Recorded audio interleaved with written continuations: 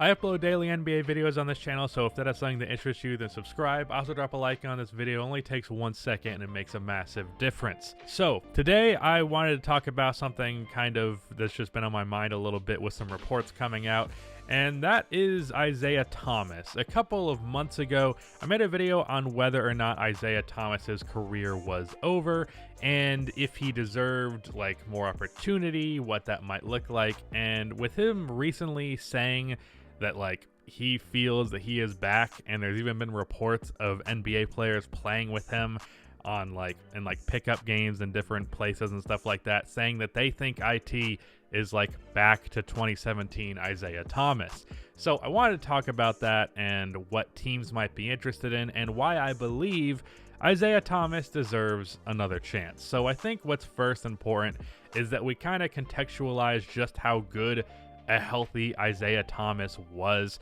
Offensively, there were probably not 10 better players in the league when Isaiah Thomas was at his peak in 2017. He averaged 29 points, almost 30, was statistically the clutchest player in the league, statistically the most points per game in the fourth quarter. He led the Boston Celtics to the first seed in the Eastern Conference, and while literally everybody could look at that Celtics team and be like, yeah, the Cleveland Cavaliers are better, and they're kind of pretenders, not really contenders.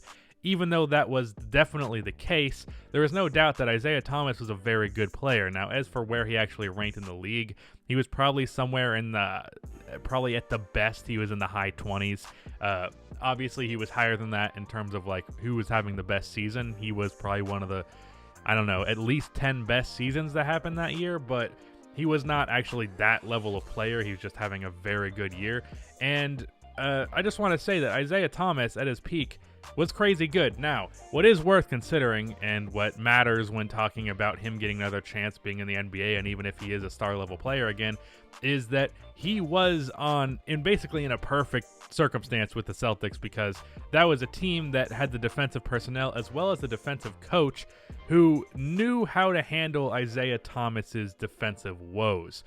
Brad Stevens specifically was very good at hiding Isaiah Thomas on defense because he was not a good defensive player whatsoever.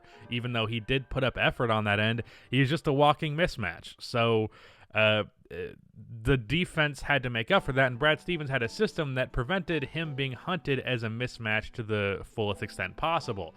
And if he's on another team where he is even the same level of player that he was in 2017, there's going to be a bit of an issue with making him still a positive player impact-wise because of his defense. If he's going to go to a team that's going to rely on him, or at least eventually rely on him to be pretty good offensively, it's also going to need to be a team that knows how to hide him defensively. I would say in the case of Isaiah Thomas last year with the Washington Wizards, that was kind of a bad situation for him, because while he was able to put up numbers, a team that's already bad offensively doesn't need a 5'7" point guard on top of that. So he was kind of a negative for the Wizards just because he was taking a bad defense and making it even worse. If he went to a team that was a good defense and he just made that good defense a little bit worse, and it was a coach that knew how to hide him defensively, then I would definitely say that would be well worth it. So Isaiah Thomas, if he is fully back healthy, is very well deserving of another shot. Now, this could all be chatter. I mean, we've seen people say players are back and then they're not really back. Like people said that Derrick Rose and other NBA players said that Derrick Rose was back in practices and pickup games and things like that, and then it actually came time for him to play in the NBA, and the circumstances were just simply too different. It was because of that he wasn't really back, and that could be the case of Isaiah Thomas. And if I had to wager and I had to guess, I would say that, yeah, Isaiah Thomas is probably not back to as good as he was in 2017. But he doesn't even have to be that good for him to still be a positive player on the right team.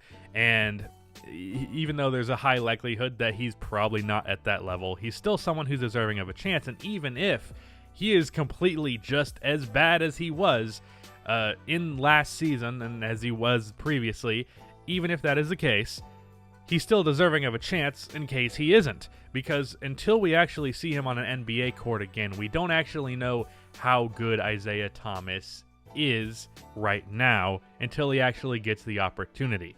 Now, that gets tricky because when talking about a team that would give him that opportunity, and particularly talking about teams that are well equipped on defense and specifically, there's a more limited scope there because it needs to be a team that is able to give Isaiah Thomas opportunity to prove himself, but also a team that can handle, like, if that goes poorly. So a top tier team might want to be like, nah, we'll just stick with our guns. We're not going to try to mix something in here that could be a huge risk and just waste our time essentially and potentially cost us valuable wins in the regular season.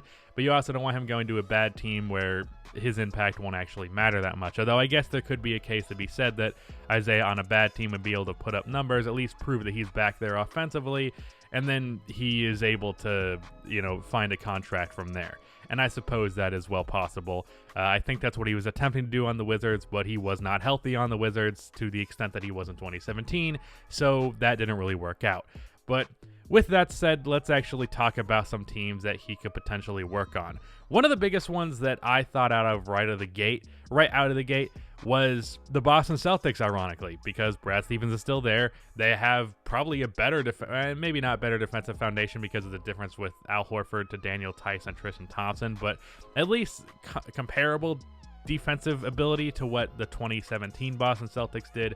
Jason Tatum and Jaylen Brown are both fantastic defensively. Marcus Smart, obviously one of the best defensive players in the league. And I think that could be a way for Isaiah Thomas to get opportunity to fit in offensively. The issue is there's not going to be as many shots for him there. But, I do think there's a very real chance that Isaiah Thomas is a considerably better player than Jeff Teague. So it's really going to come down to which one of those guys are your pick, and both of those guys are bad defensively, so I do think it would be worth it in the case of the Celtics. But there is, of course, a tentative relationship there. Isaiah Thomas said before that he has issues with Danny Ainge, so don't know if that one's actually going to be plausible.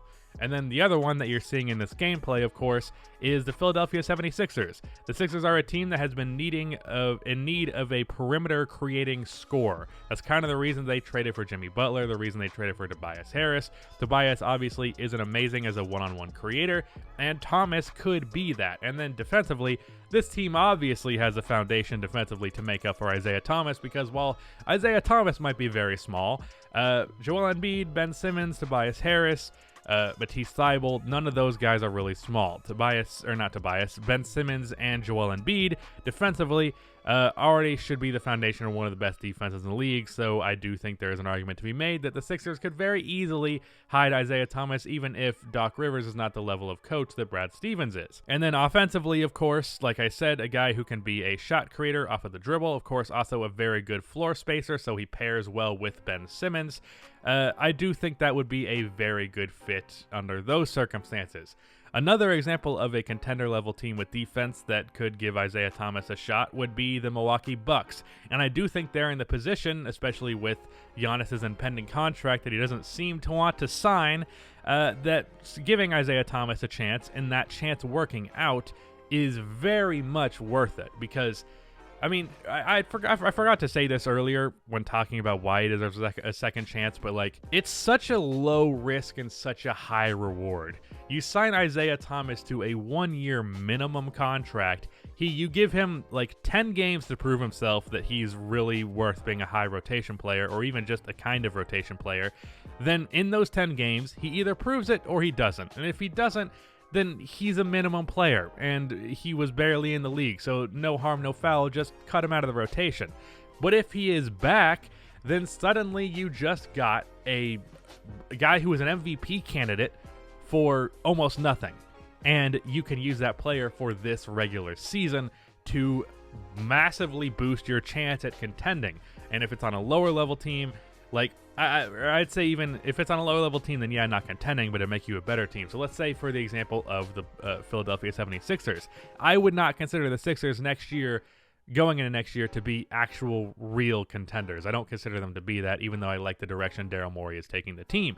But if Isaiah Thomas at his 2017 form was added to that Sixers team, definitely I would consider them a contender, because that's another all-star level player, a guy who can score 30 points on any given night, and that is obviously huge. And then, if we're talking about the next team that I wanted to talk about, the Milwaukee Bucks, if you got a guy like Isaiah Thomas in there, put Drew Holiday at the shooting guard spot, Middleton at the 3, Giannis at 4, Brook at 5. That, I think, the Bucks, I would consider the team that I'm picking. They're the team I'm picking to come out of the East. If they had a 2017 Isaiah Thomas on that team, I'd probably pick them to beat the Lakers in the finals. Like, I think that would be such a big difference that's what puts them over the top for them to be my championship favorites. Last year, they were 3rd for me behind the Clippers, who are unfortunately 1st in my order, and then the Lakers. I think that move right there would put them over the top to number 1 for me if Isaiah Thomas did become that player. And, like, if you think about that, again, it's such a low risk and such a high reward, because if Isaiah Thomas is 2017 Isaiah Thomas and you paid him the league minimum, that's such incredible value, and that increases your championship hopes quite significantly. So I think the Milwaukee Bucks are a good example. DJ Augustine being added, I think, makes that one a little less likely, but it's certainly a team that I think it would be interesting to see him on. I think he would pair well with Giannis as a pick-and-roll partner. Again, this is speaking if he was this player again. Also, I should say that even if he isn't quite 2017 version, I think I said this earlier, like, he can still be a good, impactful player. He just has to be typically that level of offensive talent for him to be really a star level player because of his defensive issues. So then outside of those teams, the Toronto Raptors, I feel like their guard situation has kind of figured it out. The Los Angeles Lakers, I think that's interesting, but I wouldn't really do that one because of how it went with LeBron last time, and then they kind of have Dennis Schroeder already. The Clippers definitely are a standout one. The thing with that, however, is the Clippers are really looking for more of a playmaking guard rather than a shot-creating one, so I don't know how well that's going to work out there, but they're a team that would be interesting. The Denver Nuggets, not really. The Dallas Mavericks, maybe, if Luka needed someone else creating shots on the backcourt for him, that would be interesting. He could also just be a 6-man on some good level teams like the Portland Trailblazers, for example. They really don't have a good backup point guard. The Phoenix Suns don't have a backup point guard. So there are places, the Brooklyn Nets, I guess they kind of do have a backup point guard with Spencer Dinwiddie, but Dinwiddie can play the 2, so he could find a way in that rotation as well. Even the Miami Heat, if they're not really trusting in Kendrick Nunn, which I honestly wouldn't. So Isaiah Thomas very well could be a huge win for a team. High reward, low risk. So Isaiah Thomas deserves another chance. But I think I've made my point clear. That is the end of this video. Please be sure to like, subscribe for more NBA content like this, and cue the outro music.